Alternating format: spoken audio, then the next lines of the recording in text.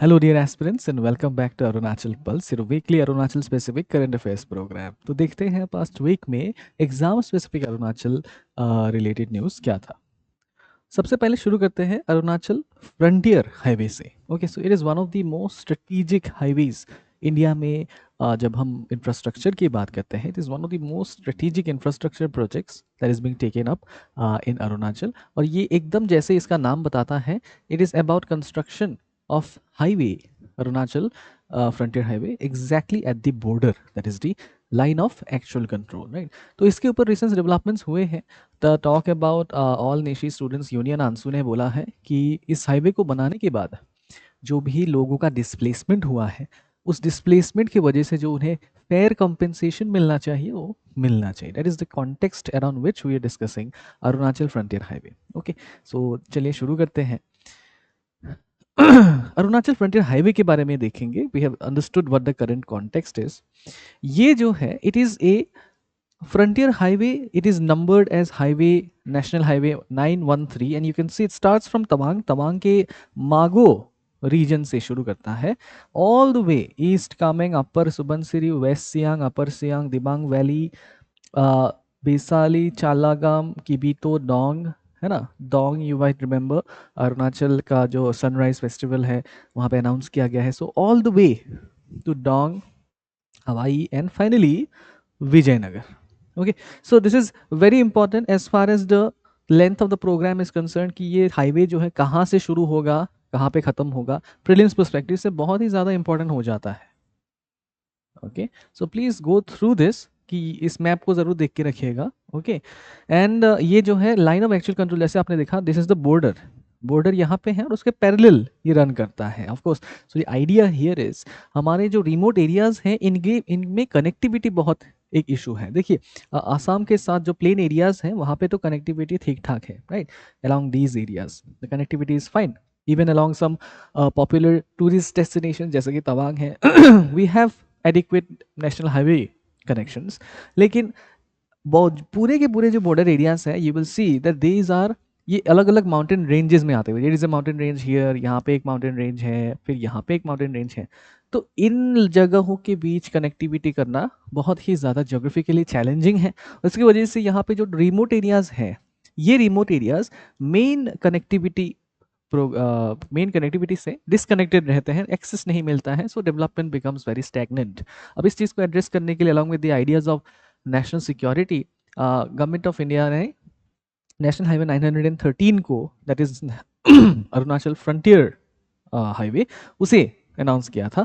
उसके साथ साथ जो है दिस इंक्लूड्स नॉट ओनली, ऐसा नहीं है कि सब कुछ नया है यहाँ पे, some of the distance has already been constructed. So अभी नया जो बनाया जा रहा है उसे हम ऑब्वियसली क्या बोलते हैं, we call it green field highways, है ना। नया नया बना रहे हैं उसे ग्रीन फील्ड बोलते हैं। It is going to be of length around 1748 kilometres. इससे ministry of road transport and highways implement कर रहा है along with NHIDCL and Border Roads Organization, right? So connectivity and defense logistics are one of the major reasons for the construction. ठीक है, आप देख रहे हैं कि इट इज बाय डिजाइन कि यहाँ पे बॉर्डर के पैरेलल रन किया गया है, right. It is by design. Okay, now ये क्या करेगा, इसके साथ साथ हमारे जो रिमोट एरियाज हैं या फिर रिमोट विलेजेस हैं, रिमोट विलेजेस के साथ हम डेवलपमेंट प्रोग्राम्स भी रन करते हैं। लेकिन कई बार क्या होता है, programme has been announced for development, लेकिन ये प्रोग्राम इंप्लीमेंट नहीं हो पाता है अच्छे से बिकॉज कनेक्टिविटी नहीं होता है। जैसे कि something like vibrant villages programme, right. तो अब क्या होगा, because of the connectivity that will ensure कि सारे रिमोट एरियाज एक साथ कनेक्ट हो जाए, ये वाइब्रेंट विलेज प्रोग्राम जैसे इनिशिएटिव्स को भी हेल्प करेगा, right. It will contribute towards the success of these initiatives. Okay, right. So this is the idea. Vibrant villages programme के बारे में भी थोड़ा देख लेते हैं। आप देख सकते हैं this programme is mostly focused around the border areas of India. ये बॉर्डर एरिया स्पेसिफिक एक प्रोग्राम है जहाँ पे सारे के सारे बॉर्डर एरियाज जो हैं देयर वी आर फोकसिंग कि यहाँ पे जनरली बॉर्डर एरियाज में हमारे रिमोट विलेजेस रहते हैं। That is the general nature. और ये बॉर्डर एरियाज क्या है, यहाँ पे देखिए पूरा हिमाचल है, सॉरी पूरा हिमालयाज है ना। यहाँ पे भी हिमालयाज है and then complete desert region. So जाहिर सी बात है these are geographically challenging areas. बस जियोग्राफिकली चैलेंजिंग होने की वजह से most of our border villages, many of these are not developed to the extent जो अर्बन एरियाज डेवलप्ड है। तो इसकी वजह से एक स्पेशल प्रोग्राम रन किया गया है, वाइब्रेंट विलेजेस प्रोग्राम। और program such as and the initiatives और infrastructure such as the Arunachal frontier highway इन प्रोग्राम्स को कॉम्प्लीमेंट करता है. Okay, right. अब इस प्रोग्राम के साथ ये तीनों जो है इंफ्रास्ट्रक्चर प्रोजेक्ट्स जो है एक साथ किए जाएंगे. One is the frontier highway जो हमने बात डिस्कस कर लिया है, ये बॉर्डर को कनेक्ट करेगा. बॉर्डर के बाद ट्रांस अरुणाचल हाईवे एक होगा NH13, तो ये क्या करेगा, डिस्ट्रिक्ट हेडक्वार्टर्स को कनेक्ट करेगा. तो स्ट्रक्चर दिखने में कैसा होगा, that if this is our Arunachal और यहाँ पे if we have let's say something like this, ये आपका अरुणाचल फ्रंटियर हाईवे है, तो डिस्ट्रिक्ट हेडक्वार्टर्स को कनेक्ट करने वाला एक दूसरा हाईवे बनेगा something like this. Okay okay.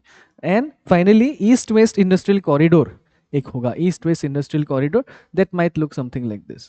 तो आप देख सकते हैं there is east west industrial corridor something like this, right. So आप देख सकते हैं देयर इज अ लेयर, एक टियर सिस्टम ऑलमोस्ट बन गया है जो बहुत ही ज्यादा इंप्रूव करेगा हमारे रीजन में कनेक्टिविटी को, राइट. सो इस इन पूरे तीनों चीजों को मिला के जो है हम कनेक्टिविटी और सिक्योरिटी और डिफेंस लॉजिस्टिक्स, इन सब चीज़ों पे डिफेंस लॉजिस्टिक्स इन सब चीज़ों पे हम फोकस कर रहे हैं. Okay, right.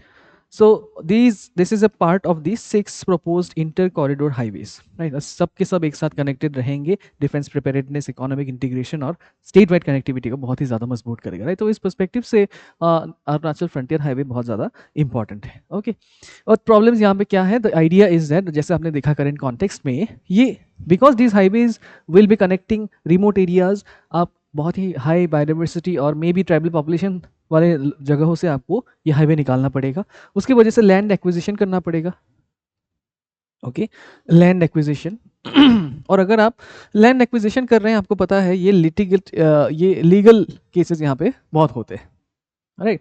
इसके साथ साथ लैंड एक्विजिशन कर रहे हैं तो आपको कंपेंसेशन भी टाइमली देना पड़ेगा, ट्रांसपेरेंटली देना पड़ेगा. तो प्रेजेंट इश्यूज यहीं पे है दैट द आइडिया इज, और यहाँ पे क्या होता है, लैंड एक्विजिशन करोगे तो बायोडाइवर्सिटी वेरी सेंसिटिव है ना, biodiversity of our region is very sensitive. All of these things become key issues as far as actualisation of this programme is concern, right. तो अगर हम इन चीज़ों को ओवरकम कर लेते हैं तो ये इंफ्रास्ट्रक्चर प्रोग्राम्स और ज़्यादा इफेक्टिवली इंप्लीमेंट हो सकते हैं, right. Okay, so that is the idea as far as this news article is concern. इसी के बेसिस पे एक प्रीलिम्स प्रैक्टिस क्वेश्चन दिया गया है, इसका आंसर आप कमेंट सेक्शन में दे सकते हैं. Next topic is proposal regarding state tea policy for Arunachal Pradesh. देखिए, जब हम चाय की बात करते हैं इंडिया में, generally we talk about Assam tea, Darjeeling tea, है ना. कभी कभी हम we talk about tea from Kerala, Tamil Nadu में भी. लेकिन Arunachal is also a hidden gem. यहाँ पे भी जो है टी कल्टिवेशन होता है, particularly in the foot hill areas. हमारे जो फुट हिल एरियाज है, आपको पता होगा हमारे स्टेट में माउंटेन रेंजेस कुछ इस तरीके के हैं along the entire northern part. लेकिन जैसे जैसे आप southern part में foot hills तक आएंगे, they are very gentle hills in the foot hills, right. And finally we have plain area. So इस तरीके से elevation जो है, जैसे आप north को जाते हैं हमारा elevation बढ़ते जाता है, right. But around the foot hills in these type of areas, climate बहुत ही ज़्यादा suitable है for something called tea cultivation. T cultivation के लिए बहुत ज़्यादा सूटेबल है, और ये एक हिडन जेम है. अभी तक जो है यहाँ पे फोकस्ड एक टी पॉलिसी नहीं आया है. तो ऑनरेबल गवर्नर पटनायक जी ने, जनरल पटनायक जी ने बोला है कि एक स्टेट टी पॉलिसी अरुणाचल के लिए लाना ज़रूरी है, सो दैट एक कंप्लीट सिस्टम इंस्टीट्यूशनलाइजेशन हो जाए as far as tea is concern. और पूरे इंडिया के और इंटरनेशनली जो टी का वैल्यू चेन है, जैसे टी का प्रोडक्शन होना, प्रोसेस होना, पैकेजिंग होना, ब्रांडिंग होना, फिर मार्केट करना, इस पूरी चीज़ में अरुणाचल भी अपना कंट्रीब्यूशन कर पाए और उससे रेम्यूनरेशन उठा पाए, right. So that is the idea. ये रिसेंटली बोला गया था by the honourable governor, right. So Arunachal में आज के दिन पे टी कैसे कल्टीवेट होता है, तो मैंने आपको बताया कि क्लाइमेटिकली बहुत ही ज़्यादा सूटेबल है हमारे कुछ एरियाज अरुणाचल में.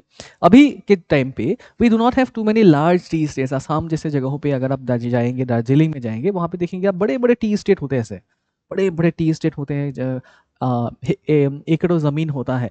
यहाँ पे क्या है, because our climate is suitable but land is not very largely available. So small tea growers are the main producers of tea in Arunachal. और because they are small tea growers, यहाँ पे we see a lot of organic tea बहुत सारा यहाँ पे आपको मिलता है, because these are not very much institutionalised, तो लोग जो हैं नेचुरली जो अवेलेबल फर्टिलाइजर्स हैं वही यूज़ करके टी ग्रो करते हैं, and that is one of the biggest USPs और unique selling point of Arunachal tea. ठीक है, तो उसी के बारे में बात किया गया है, and now this is in the conversation कि कैसे अरुणाचल को भी एक मेजर टी प्रोड्यूसर की तरह प्रोजेक्ट किया जाए, राइट। अभी अगर देखें at present Arunachal produces around 1.1% of India's total tea production. Okay, states such as Assam and West Bengal due to Darjeeling, they are the leading producers of tea. Obviously Assam more than 50%, West Bengal around 40%, 30% ऐसा करता है, right? तो present production इतना है, but again see this is all contribution of small tea growers. Okay, तो ये 35,000 से ज़्यादा हमारे पास small tea growers है। small tea grower मतलब जिनका बहुत ज़्यादा ज़मीन नहीं है, प्रोडक्शन कैपेसिटी थोड़ा कम है, इंडिविजुअल या फिर फैमिली लेवल पे वो लोग टी बनाते हैं, राइट। इतना कितना जमीन अभी तक कल्टीवेशन के अंदर है? 7,000 हेक्टेयर्स या फिर 8,000 हेक्टेयर्स आप बोल सकते हैं अराउंड, राइट। कंपेटिटिव एडवांटेज की हम क्यों इस पॉलिसी के बारे में बात कर रहे हैं, है ना। देखिए आपके पास कंपेटिटिव एडवांटेज होना पड़ेगा, नहीं तो पॉलिसी लाके कोई फायदा नहीं है। तो कंपेटिटिव एडवांटेज एक जरूर है as far as Arunachal tea is concern. पहली बात देखिए agro climatic conditions, agro climatically जब सूटेबल होती हैं चीज़ें और तब अगर आप कल्टीवेशन करते हैं तो आपका इनपुट कॉस्ट कम हो जाता है, क्योंकि आपका क्लाइमेट जैसा है उसके सूटेबल, उसके अकॉर्डिंग आप टी प्रोड्यूस कर रहे हैं, which is very easily it can be grown in that particular condition. तो हमें इतना ज़्यादा इनपुट देने की ज़रूरत नहीं पड़ती है कि आप ग्रीन हाउस लगा रहे हैं या फिर आप जो है बहुत सारा फर्टिलाइजर यूज़ कर रहे हैं, राइट। क्लाइमेटिकली सूटेबल है तो that's a very big advantage. इसके साथ साथ लो केमिकल फर्टिलाइजर यूसेज आज के दिन पे, because they are small tea growers, ज़्यादातर फर्टिलाइजर्स बहुत कम यूज़ होता है।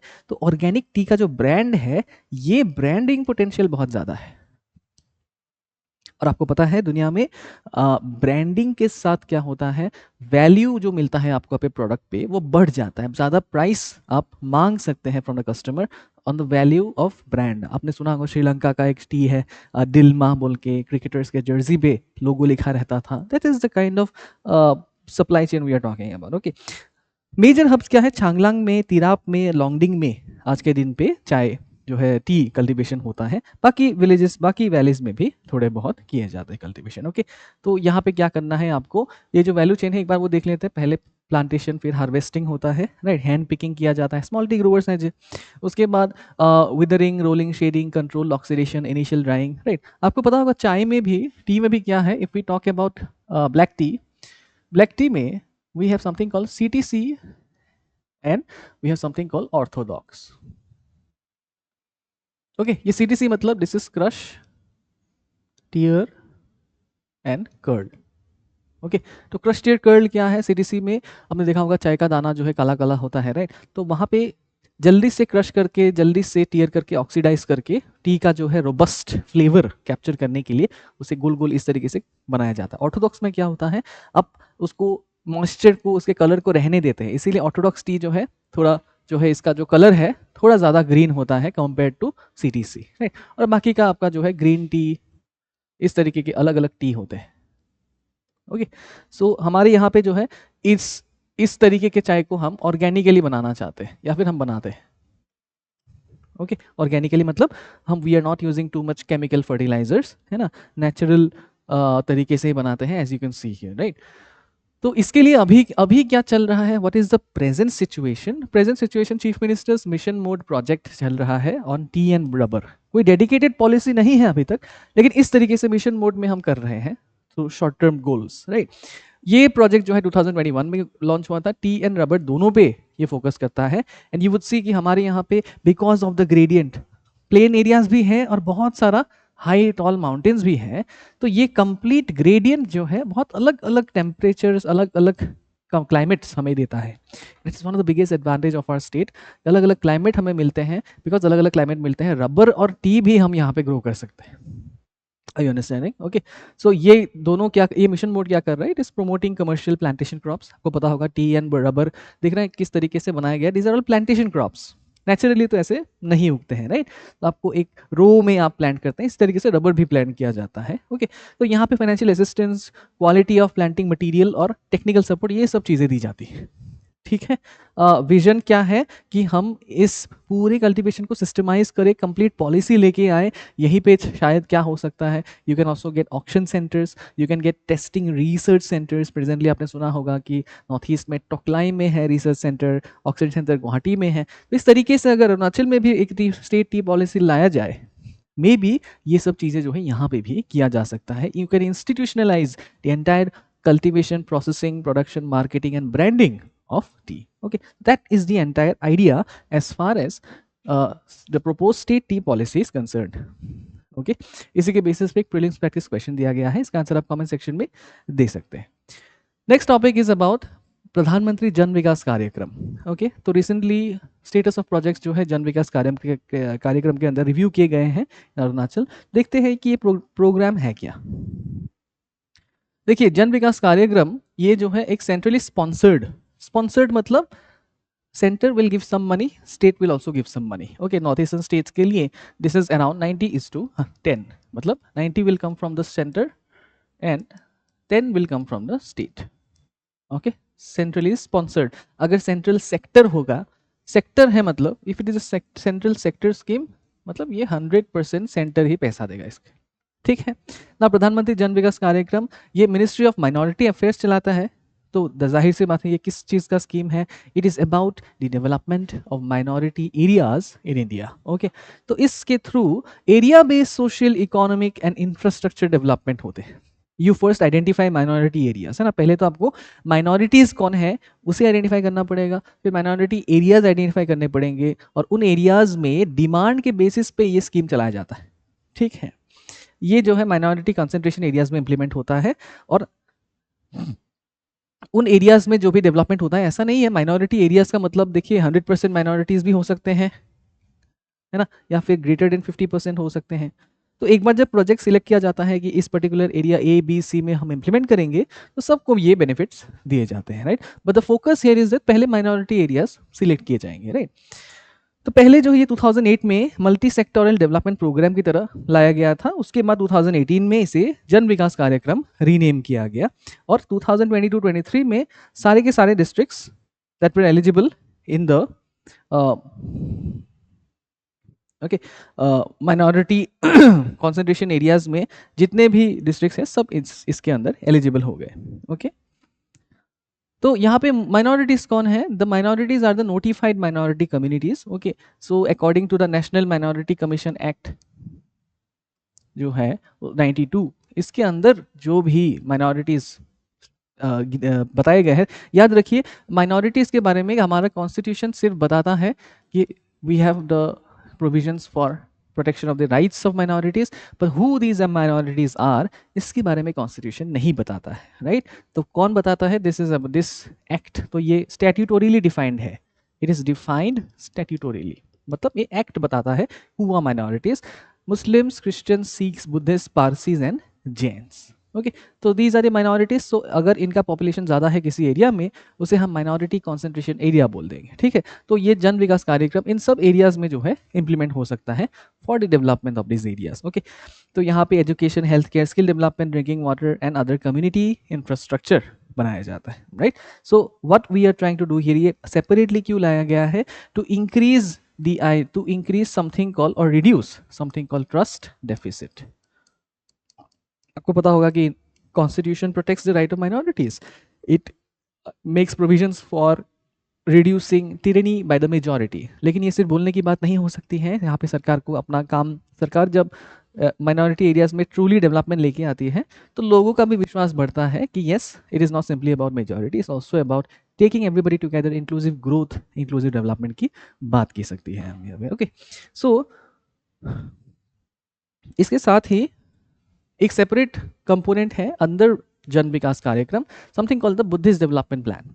तो बुद्धिस्ट डेवलपमेंट प्लान 2004 का ही स्पेशल कंपोनेंट है प्रधानमंत्री जन विकास कार्यक्रम के अंदर। इसे अरुणाचल, सिक्किम, लद्दाख, हिमाचल और उत्तराखंड में इंप्लीमेंट किया जा रहा है। तो आप देख सकते हैं this is about the minority areas with more Buddhist population.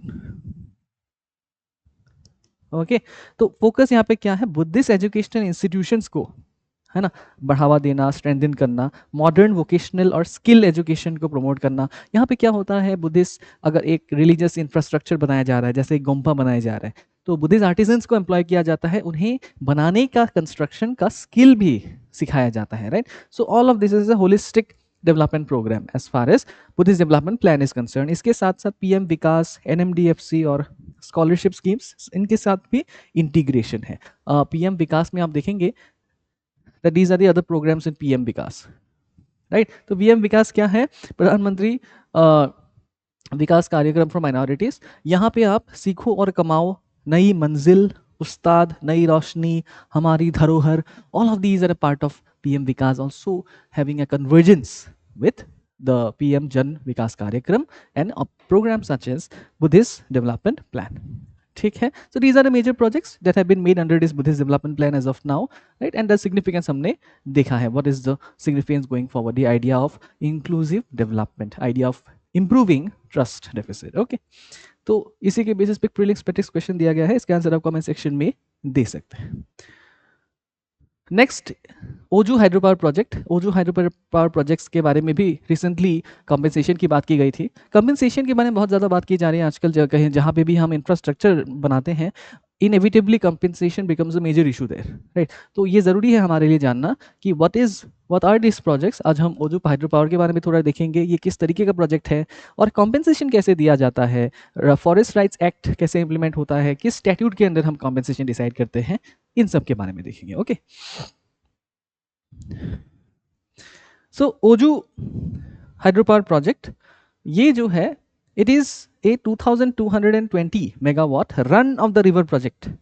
Run of the river project, देखिए जब हम एक जब रिवर होता है, इस पे जब हम इससे अगर हम हाइड्रो इलेक्ट्रिक पावर जनरेट करना चाहते हैं तो हम दो तीन तरीकों से कर सकते हैं। One of the major ways is something called एक डैम स्ट्रक्चर बना देना, है ना। एक डैम स्ट्रक्चर बनाओगे और रिवर ऐसा नीचे कंटिन्यू करता है और यहाँ पे जो है पहाड़ रहते हैं, तो ये डैम स्ट्रक्चर बनाने से क्या होता है, यहाँ पे एक स्टोरेज हो जाता है ना। एक स्टोरेज बनाते हैं आप बेसिकली, तो जब भी आपको ज़रूरत होती है स्टोरेज को आप नीचे से निकाल देते हैं। और जब नीचे से निकलता है तो बहुत फोर्स से पानी निकलता है, इस फोर्स को आप टरबाइन के थ्रू पास करेंगे, आपको इलेक्ट्रिसिटी मिलेगा। दिस इज द स्टोरेज वे।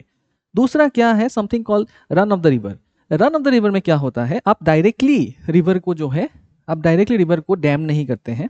यहाँ पे नॉर्मल रिवर को जो है आप बहने देते हैं, लेकिन साइड से एक आप डाइवर्जन निकालते हैं, है ना। एक साइड से डाइवर्जन निकालते हैं, इसे डाइवर्जन वियर बोला जाता है। एक तरीके का बांध ही होता है, लेकिन कंप्लीटली रिवर जो है डैम नहीं हो जाता है। तो डाइवर्जन को लेके आप क्या करते हैं, यहाँ से पावर जनरेट करते हैं। That is the run of the river project. इसीलिए run of the river project बोला जाता है कि ये इन्वायरमेंटली सस्टेनेबल है, क्योंकि यहाँ पे बहुत बड़े बड़े स्टोरेज एरियाज नहीं बनाए जाते हैं। लेकिन आप देखेंगे जो mega hydro electric power plants हैं, है ना, जैसे कि हीराकुड डैम हो गया, है ना, भाखरा नंगल हो गया, दीज आर ह्यूज डैम्स, है ना, बड़े बड़े स्टोरेज एरियाज होते हैं। तो इनमें जो है हमेशा कुछ अंडरलाइंग इश्यूज और बॉटलनेक्स रहते हैं, है ना, डिजास्टर का खतरा रहता है और इन्हें सस्टेनेबल नहीं माना जाता है, राइट, क्योंकि ये कंप्लीटली ग्लेशियर डिपेंडेंट होते हैं। ओके, नाउ अरुणाचल में हम बहुत सारे डैम्स का आपने देखा होगा, decade of hydro power announce किया गया था। सो उसके अंदर ही ओजू पावर प्लांट, इस तरीके के प्लान्स, हाइड्रो पावर प्लांट्स आ रहे हैं।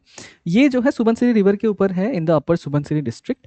एस्टिमेटेड कॉस्ट इसका अराउंड 25,000 करोड़ है और ये 8.4 गीगावाट पर ईयर जनरेट करेगा, ऐसा एस्टिमेट है इसका, ठीक है। और ये क्या करता है, देखिए रन ऑफ द रिवर होने की वजह से, मैंने क्या बोला था, रन ऑफ द रिवर को हम सस्टेनेबल मानते हैं बिकॉज ये रिवर को ऑब्स्ट्रक्ट नहीं करता है, तो इसे हम क्लीन एनर्जी में कंसिडर करते हैं, run of the river projects, right. तो 8.4 गीगावाट्स क्लीन एनर्जी ये कंट्रीब्यूट करेगा, ओके। अब अरुणाचल में क्यों किया गया है, बिकॉज हम देख रहे हैं अरुणाचल का फुल पोटेंशियल जो है अराउंड 58 या 60 गीगावाट का है। अगर इंडिया में सारी जगहों पे हम अगर उसका पोटेंशियल कैलकुलेट करें, तो इस तरीके से अरुणाचल में बहुत सारे आजकल के टाइम पे जो है बहुत सारे डैम्स बनाए जा रहे हैं। इस प्लान से ही आपको पता चला, ये जो काले डॉट्स हैं, all of these are dams on a different rivers of Arunachal, right. तो ये बहुत अच्छी बात है as far as power generation is concern, लेकिन बहुत सारे एनवायरमेंटल कंसर्न्स भी यहाँ पे हैं। तो एक बैलेंस्ड व्यू डेवलप करने का और कंप्लीट इन्फॉर्मेशन लेने का हमारा यहाँ पे फर्ज बनता है, राइट। सो अरुणाचल में मेजर कहाँ पे रिवर्स हैं जहाँ पे हम हाइड्रोइलेक्ट्रिक पावर डेवलप कर रहे हैं? We are doing it in Siang, Subansiri, Dibang, Lohit and Kameng. Okay, and importance क्या है? क्लीन एनर्जी जनरेशन, जैसे कि हमने देखा if you doing a run of the river project, बहुत सारे प्रोजेक्ट्स अरुणाचल में बहुत सारे projects run of the river ही है, that is why you can make so many, right. लेकिन मेगा हाइड्रो इलेक्ट्रिक पावर अगर आप बनाना चाहते हैं तो इतने सारे डैम आप नहीं बना पाएंगे, राइट। सो रिसेंटली देखा गया है there has been a push for even larger dams, right. तो उसके रिलेटेड कुछ कंसर्न्स हम डिस्कस कर सकते हैं। यहाँ पे एनर्जी सिक्योरिटी की बात आती है। When Arunachal starts producing 60 gigawatts of energy, most of this energy will be very access to Arunachal. So what the state can do is they can start selling the energy to other states. Okay, और इस cell से क्या होगा? हमारे state की royalty बढ़ेगी, physical जो हमारा पर्स है सरकार का, वो पर्स में ज़्यादा पैसे आएंगे, ये पैसे हम डेवलपमेंट के लिए यूज़ कर सकते हैं, right. So definitely there positives तो बहुत सारे हैं। ओके, बाकी पॉजिटिव्स क्या है? रीजनल इंफ्रास्ट्रक्चर इंप्रूवमेंट होगा, और इंडिया के लो कार्बन ट्रांजिशन, जैसे कि पंचामृत स्ट्रैटेजी हो गया, है ना। तो अलग अलग कॉप्स में जैसे हमने बोला है इंडिया ने that we want 500 gigawatts of install power from non fossil sources, है ना। रिन्यूएबल से 500 गीगावाट्स हमें चाहिए, है ना, 2047। तो इन सब चीज़ों पे डेफिनेटली हेल्प करेगा। ओके, एडवांटेजेस देखते हैं कि रन ऑफ द रिवर क्यों एडवांटेजेस है। ये लैंड सबमर्जेंस कम करता है, मैंने जैसे बोला मेगा हाइड्रो इलेक्ट्रिक पावर जो है इस तरीके का डैम बना देता है, और पीछे का पूरा पार्ट जो है सबमर्ज हो जाता है। कंपैरेटिवली यहाँ पे छोटा सा वियर बनता है, इसे वियर बोलते हैं, ऑब्स्ट्रक्शन है, ये थोड़ा सा रिवर को ऑब्स्ट्रक्ट करेगा, लेकिन ज़्यादातर पानी बाहर से डाइवर्ट करके एक पंप के थ्रू ये पास करके निकाल देता है, राइट। सो इससे क्या होता है? रिवर एक्चुअली फ्लो करता ही रहता है ऊपर से, राइट। तो ये कंप्लीट ऑब्स्ट्रक्शन यहाँ पे जब जैसे बड़े हाइड्रो इलेक्ट्रिक पावर प्लांट्स में होता है, रन ऑफ द रिवर में इतना ज़्यादा नहीं होता है। दूसरा क्या है? क्योंकि आपका ज़्यादा सबमर्जेंस नहीं हो रहा है, तो ऑब्वियसली आप डिस्प्लेसमेंट भी कम ही करोगे, लेकिन डिस्प्लेसमेंट डेफिनेटली होता है, इसी की वजह से करंट न्यूज़ आया है, लेकिन डिस्प्लेसमेंट कम होगा। ओके, सो यहाँ पे जो है lower evaporation losses, right. River all the time flow करता रहेगा, स्टोर नहीं करोगे आप, तो इवापोरेट होने के लिए टाइम ज़्यादा कम मिलेगा, और इस हिमालयन रिवर्स के लिए ज़्यादा सूटेबल है ना। और ये लोअर ग्रीन हाउस एमिशंस करता है, राइट। सिमिलरली अगर लिमिटेशंस देखें तो सीजनल होता है। देखिए रन ऑफ द रिवर मतलब रिवर फ्लो करने वाला, जो रिवर के फ्लो का जो कैपेसिटी है, उस फ्लो के कैपेसिटी पे डिपेंड करके आप एनर्जी निकाल रहे हैं। अगर रिवर में फ्लो कम हो जाता है, जैसे विंटर मंथ्स में, क्योंकि आइस पिघलता नहीं है ग्लेशियर का, तो अगर विंटर मंथ्स में फ्लो कम हो जाता है तो सीजनली पावर जनरेशन कैपेसिटी भी कम हो सकता है। सो आप देख सकते हैं कि समर में शायद पावर बहुत हाई जनरेट होगा, लेकिन विंटर में कम हो सकता है, फिर से हाई फिर से लो। सो यू अंडरस्टैंडिंग कि रन ऑफ द रिवर से आपको रिलायबल कंसिस्टेंट इलेक्ट्रिसिटी शायद ना मिले, that is one of the limitations, right. Ecological flow concerns किसी भी डैम में रहेगा, यहाँ पे भी आप थोड़ा बहुत तो ब्लॉक कर ही रहे हैं, तो यहाँ पे ज़्यादा रहता है, यहाँ पे थोड़ा कम रहता है, लेकिन रहता ज़रूर है। Impacts on forest and effects on local livelihood during construction. Okay, all of these things definitely are there as far as issues are concerned. Key challenges यहाँ पे क्या है कि हमें compensation और rehabilitation, अभी का जो current news है, इन्हें definitely जो है डिले नहीं करना चाहिए। राइट टू कॉम्पेंसेशन एक्ट के अंदर, राइट टू कॉम्पेंसेशन एक्ट 2013 जो है इसके अंदर, और forest rights act, forest rights act 2006, इन दोनों के अंदर जो है वी शुड, जो भी स्टेट गवर्नमेंट का मैंडेट है उसे टाइमली तरीके से, ट्रांसपेरेंट तरीके से फुलफिल करना एक चैलेंज है, और अगर उसे कर देते हैं देन लोगों का, जैसे बताया जाता है, डेवलपमेंट के साथ साथ ट्रस्ट भी बढ़ा रहता है, राइट। और फॉरेस्ट डाइवर्जन और बायोडाइवर्सिटी के जो इम्पैक्ट्स हैं इन्हें हमें थोड़ा एलिविएट करना चाहिए, कैंपा जैसे प्रोग्राम्स इंप्लीमेंट करना चाहिए, है ना, कंपेंसेटरी एफॉरेस्टेशन फंड, है ना। अगर आप फॉरेस्ट रिमूव कर रहे हैं डैम बनाने के लिए, उसी तरीके का फॉरेस्ट दूसरी जगह पे आपको लगाना चाहिए। इस तरीके के प्रोग्राम्स, है ना, कैंपा के अंदर हम कर सकते हैं, right. So all of the concerns जो है इनके लिए सुटेबल वे फॉरवर्ड्स भी हमें इंक्लूड करना है, right. And then you can understand this complete issue from a holistic perspective, right. So इसी के बेसिस पे प्लेन्स प्रैक्टिस क्वेश्चन दिया गया है, इसका आंसर आप कमेंट सेक्शन में दे सकते हैं, right. So this is it for today. We'll meet you again the next week. Wish you all the best. Thank you.